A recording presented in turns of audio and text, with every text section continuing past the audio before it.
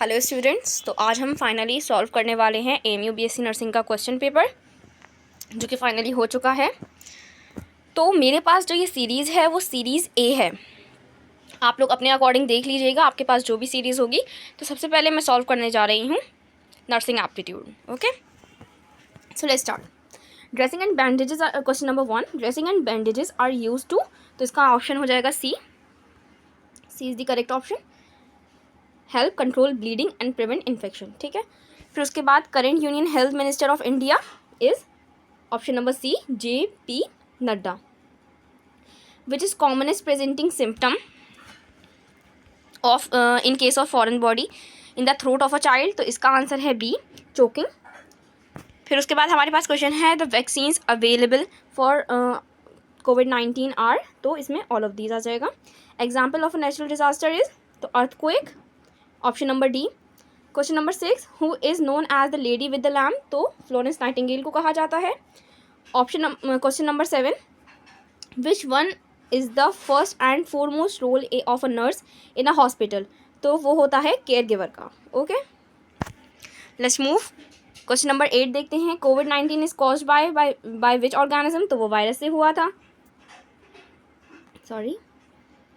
तो वो वायरस से हुआ था। और क्वेश्चन नंबर 9 है हमारे पास कि ये सिंबल किसके लिए यूज़ किया जाता है, तो it is the symbol of recycling. Cardiologist is a medical specialist who take care of which diseases, तो हार्ट से रिलेटेड जो भी प्रॉब्लम्स होती हैं वो कार्डियोलॉजिस्ट देखता है। Question number 11, the accepted standard duration of sleep for an adult is, तो 8 आवर्स का होता है। Which of the following are the benefits of recreational therapy for students, तो इसका आंसर होगा D all of these. Question number 13,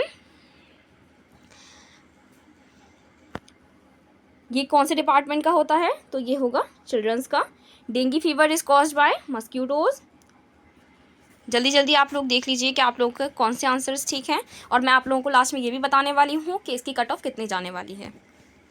which of the following factors are necessary for maintain health, तो इसमें personal hygiene भी है, vaccination भी है, balance diet भी है, तो इसका आंसर हो जाएगा all of these. Cleanliness, physical exercise, rest and sleep are the part of personal hygiene होती है ये सब। इंटरनेशनल डे ऑफ योगा कब किया गया था, 21 जून को। Methods to prevent heat stroke in humans are, इसका आंसर हो जाएगा ऑल ऑफ दीज। ठीक है, इसका आंसर हो जाएगा ऑल ऑफ दीज। फिर vitamin A deficiency leads to, वो नाइट ब्लाइंडनेस होता है अगर विटामिन ए की कमी होती है तो। International nurses day is observed on, तो वो होता है May 12 को। फिर question number 21, the work done in moving a charge Q, अब यहाँ से फिजिक्स स्टार्ट हो गई है क्वेश्चन नंबर 21 से, तो अब आप लोग अपनी फिजिक्स निकाल लीजिए। The work done in moving a charge Q along an equipotential surface is, तो उसका आंसर हो जाएगा 0। ठीक है, वर्क डन वहाँ पर 0 होता है अगर जब हम इक्विपोटेंशियल सरफेस की बात करते हैं तो। ठीक है, let's move to the next question. Question number 22 says that power factor is purely capacitive circuit is of a purely capacitive circuit is 0। ठीक है, 2 point charges of charge values q and q placed at a distance this and this respectively from a third charge of charge value 4q, all charges being in the same straight line. If the net force experienced by the charge q is 0, then the magnitude of the capital Q is, तो उसको आप अगर आप solve कर निकालेंगे तो इसका answer 4q आएगा। ठीक है, अगर ये रेजिस्टेंस आप लोगों ने सॉल्व किया है तो इसका आंसर आता है 30 ओम। ठीक है, इसका आंसर आता है 30 ओम। फिर उसके बाद next question, question number 25, a long wire having a semi circular loop of radius r carries a current I as shown in the figure. The magnetic field due to the entire wire at the point O is, तो ये अगर आप लोगों को solve करना आता है, आप लोगों ने अगर सॉल्व किया है तो इसका आंसर आएगा μ0I/4r। ठीक है, option number B, option number B μ0I/4r। ठीक है,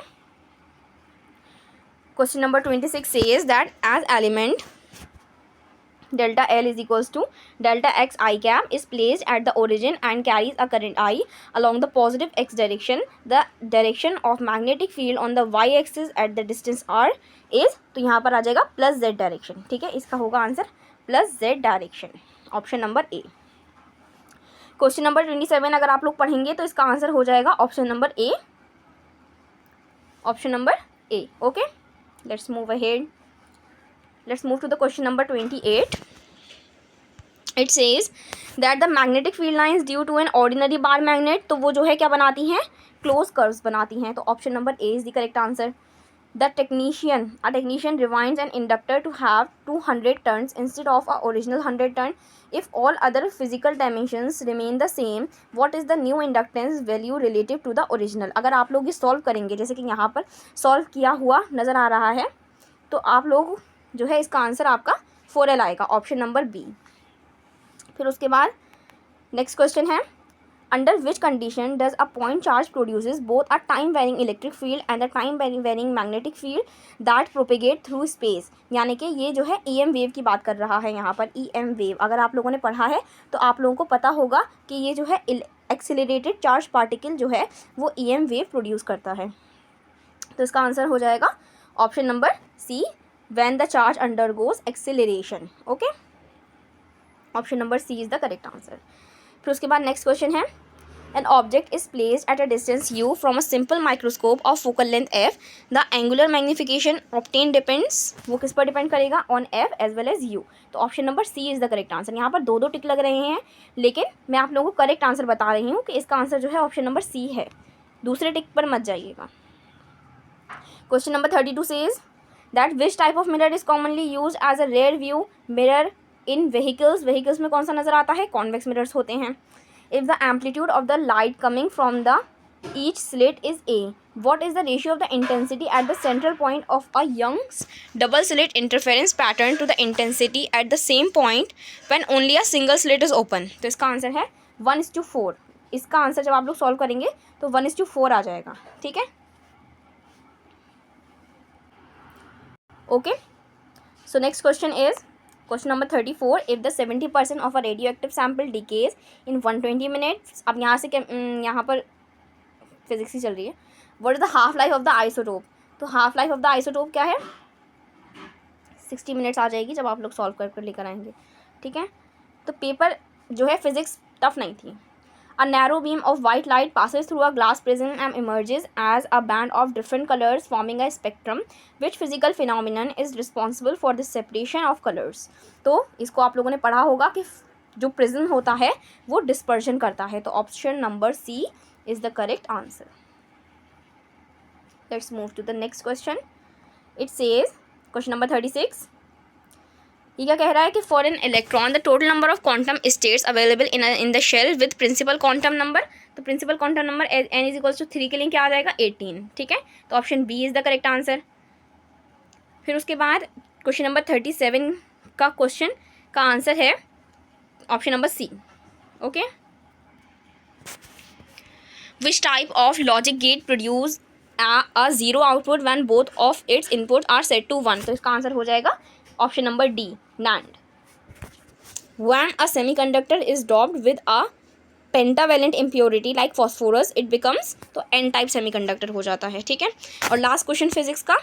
In an intrinsic semiconductor, charge carriers are generated when thermal energy breaks a covalent bond, producing a free electron and a hole. What is the relationship between the electron concentration and the hole concentration in such a material? तो इसका answer होगा कि वो दोनों बराबर रहेंगे, दोनों का कंसंट्रेशन सेम रहेगा. ठीक है, अब यहाँ से केमिस्ट्री स्टार्ट हो रही है, तो अब आप लोग अपनी केमिस्ट्री खोल लीजिए. क्वेश्चन नंबर 41 क्या कह रहा है केमिस्ट्री का पहला question, the correct order of ligands as per the spectrochemical series is. तो इसका ऑप्शन हो जाएगा ऑप्शन नंबर सी. ठीक है, ऑप्शन नंबर ए नहीं है, option number C is the correct answer. 42 the shapes of xenon. हाँ, तो क्वेश्चन नंबर 42 का क्या आंसर है, इसमें आप लोग को इसका और इसका शेप बताना है दोनों का. ठीक है, तो इसका आंसर हो जाएगा option number D, pentagonal planar and square planar. ठीक है, तो option number D is the correct answer. Let's move to the next question. यहाँ पर 43 क्वेश्चन नंबर का आंसर हो जाएगा ऑप्शन नंबर ए. ठीक है, 44 द करेक्ट फार्मूला इससे आपको पूछा है, तो इसका आंसर हो जाएगा option number A. Okay, next question. Which of the following oxides of nitrogen is a paramagnetic in nature. ठीक है, तो इसमें आपको बताना है पैरामैग्नेटिक कौन होगा, तो option number C NO2 is the correct answer. ठीक है, और फिर the correct electronic configuration and spin magnetic moment of gadolinium 3 positive are, तो इसका आंसर होगा ऑप्शन नंबर ए। फिर उसके बाद क्वेश्चन नंबर 47 का आंसर है सी। क्वेश्चन नंबर 48 का आंसर है डी, इसका आंसर है सी, इसका आंसर है डी, ठीक है। क्वेश्चन नंबर 49 का आंसर हो जाएगा बी, और क्वेश्चन नंबर 50 का आंसर हो जाएगा molality and mole fraction D, यानी कि option number B. Which property of colloid is not dependent on the charge on the colloid particles, तो इसका आंसर हो जाएगा option number D, Tyndall effect. Okay, next question, question number 52 का answer हो जाएगा 512 times, option number B 512 times is the correct answer of question number 52। Else per sulfate oxidation is related to oxidation of phenol, option number B is the correct answer। Question number 54 का answer है which of the following is not an isomer of C4H9Br, तो इसका answer हो जाएगा option number D, ठीक है, 1 bromo 2,2 di methyl propane. Okay, next question of chemistry, benzoin is alpha hydroxy ketone is the correct answer. Okay, तो option number A is the correct answer. Formalin is HCHO, ठीक है, तो option number A is the correct answer. Benzamide on treatment with POCl3 gives benzonitrile, option B is the correct answer, ठीक है, बेंजोनाइट्राइल होगा, aniline नहीं होगा। IUPAC name इसका आप लोगों को बताना है, आप लोगों को आता होगा, आप लोगों ने किया होगा, तो 1-ethoxyl 2-nitrocyclohexane is the correct answer of question number 58। फिर उसके बाद reduction of nitriles with sodium and C2H5OH का आंसर हो जाएगा RCH2NH2। Glycerol which decomposes at its boiling point can be purified by, तो इसका आंसर हो जाएगा डिस्टिलेशन अंडर रिड्यूस्ड प्रेशर, ठीक है। अब यहाँ से आप लोगों की स्टार्ट हो गई है बायो, ठीक है, तो अब आप लोग अपनी बायो निकाल लीजिए, ठीक है। तो let's start with the bio. इसका आंसर हो जाएगा नेमाटोफोर्स, ये किस में प्रेजेंट होते हैं, एविसेनिया, ऑप्शन नंबर डी, ठीक है। फिर उसके बाद नेक्स्ट का आंसर हो जाएगा बी, मॉरस अल्बा। बैक्टीरियोफेज आप लोगों को मालूम है वो एक वायरस है, तो option number A will be the correct answer. Question number 64 का आंसर हो जाएगा ऑप्शन नंबर सी, ठीक है। वैसे ये आउट ऑफ द सिलेबस सवाल पूछते हैं काफ़ी ज़्यादा, लेकिन चलो ठीक है। 65 का आंसर हो जाएगा ऑप्शन नंबर सी, जो कॉटिलेडन जो होता है वो स्टोर्ड फूड मटेरियल नहीं होगा, इसका आंसर डी नहीं होगा, इसका आंसर सी है, supply food to the young embryo को फूड सप्लाई करता है ये, अगर आप लोगों ने सेक्सुअल रिप्रोडक्शन में पढ़ा है तो पता होगा। The endosperm in angiosperms is developed from secondary nucleus से बनता है। Primary and secondary growth of stems are inhibited by abscisic acid, जो है उनको इनहिबिट कर देता है। The event which occurs during cyclic and non cyclic photophosphorylation, तो उसका आंसर हो जाएगा फॉर्मेशन ऑफ ATP दोनों जगह बनती है, ठीक है। Wilkins X-ray diffraction showed that the diameter of the DNA helix कितना था, 20 एंगस्ट्रॉम था, ठीक है, ये मॉलिक्यूलर बेसिस में ये दिया हुआ है। The exact replication of DNA is possible due to base pairing rules, ठीक है, तो DNA का जो रेप्लिकेशन है वो बेस पेयरिंग पे ही है। नेक्स्ट क्वेश्चन का आंसर है स्पॉन्जेस, जो एसिमेट्रिकल बॉडी प्लेन होता है जिसका। फिर उसके बाद 72 का आंसर है एल्विन चारकाफ, जिन्होंने ANT और GNC को कांस्टेंट बताया था। क्वेश्चन नंबर 73 का आंसर है टीलोफेज, ठीक है, टीलोफेज 1, जहाँ पर क्या होता है न्यूक्लियोलस रीअपियर हो जाता है इन सेल्स में, वो टीलोफेज 1 होता है। नेक्स्ट क्वेश्चन नंबर 74, इसका आंसर जो है क्लॉस्ट्रीडियम ब्यूटाइलिकम नहीं है, इसका आंसर है स्ट्रेप्टोकोकस, क्योंकि एसिडोबैक्टर एसिटिक एसिड बनाता है, लैक्टोबैसिलस लैक्टिक एसिड बनाता है, क्लॉस्ट्रीडियम ब्यूटाइलिकम ब्यूटाइलिक एसिड बनाता है, तो correct answer is option number D, ठीक है, स्ट्रेप्टोकोकस नहीं बनाता है एसिड, ठीक है। अगर आप लोग गूगल पर देखेंगे तो इसका आंसर आप लोग को क्लॉस्ट्रीडियम ब्यूटाइलिकम दिया जाएगा, but this is not the correct answer, Streptococcus is the correct answer. Okay, question number 75 में जो है एम्फाइसीमा क्या होता है, जब एल्व्यूलर वॉल्स जो है वो डैमेज हो जाती हैं, ठीक है, और रेस्पिरेशन में प्रॉब्लम हो जाती है, तो उसको एम्फाइसीमा कहते हैं, तो ऑप्शन नंबर ए। 76 का आंसर हो जाएगा ऑप्शन नंबर सी, क्योंकि जो एक्स्ट्रा पेप्टाइड जो होती है वो कौन सी होती है, पेप्टाइड सी। रेस्ट्रिक्शन एंजाइम्स जो है वो अपने कौन कौन से सीक्वेंसेस देखते हैं, पैलिंड्रोमिक सीक्वेंसेस होते हैं वो उनके, so option number A will be the correct answer. Okay, 78 का हो जाएगा ऑप्शन नंबर सी, ठीक है, ट्रेकिया। 79 का हो जाएगा ऑप्शन नंबर डी, इन ब्रीडिंग। 80 का आंसर हो जाएगा option number D, peripheral neural system. 81 का आंसर हो जाएगा ए। अब यहाँ से इंग्लिश स्टार्ट हो रही है, ठीक है, इस इंग्लिश स्टार्ट हो गई है। अब आप लोग अपनी इंग्लिश खोल लीजिए, ठीक है। Uma beat up a child, इसको जो है पैसिव वॉइस में कैसे कन्वर्ट करेंगे? A child was beaten up by Uma, ठीक है, तो A will be the correct answer. Option number A will be the correct answer. Okay, 82 का आंसर हो जाएगा ए, ठीक है, दोनों का आंसर है A. You are requested to help him, ठीक है। Okay, let's move to the next question of English. Passive form आएगा यहाँ पर ऑफ द सेंटेंस गिवन। इन लोगों ने टाइपिंग मिस्टेक भी बहुत ज़्यादा करी थी, है ना। The flowers will be send to you by the manager, ठीक है, तो option C will be the answer. Mona whose car was badly damage, तो whose will be the answer. Option number C. Give the opposite of hidden, तो hidden का opposite हो जाएगा apparent, कोई चीज़ appear हो रही है तो उसका जो है ऑपोजिट हो जाएगा, ठीक है। Which of the following word means to obey a decision और रूल, तो ये हो जाएगा अबाइड, ठीक है, अबाइड का मतलब होता है, यानी कि option number A. Which of the following word means in large amount, यानी कि प्रोफ्यूजली यानी कि in large amount, something is present in large amount. Choose the appropriate answer. देखो इसमें जो है थोड़ा प्रॉब्लम है, इसमें जो है एडवेंचरस हो सकता है, इंडस्ट्रियस हो सकता है, फ्यूरियस हो सकता है। एक्साइट जो है आंसर नहीं होगा, है ना, एक्साइट में OUS नहीं लग सकता। तो इन लोगों ने एक तो ऑड वन आउट नहीं पूछा, इन लोगों को ये पूछना चाहिए था कि कौन नहीं कर रहा है, ये नहीं पूछा।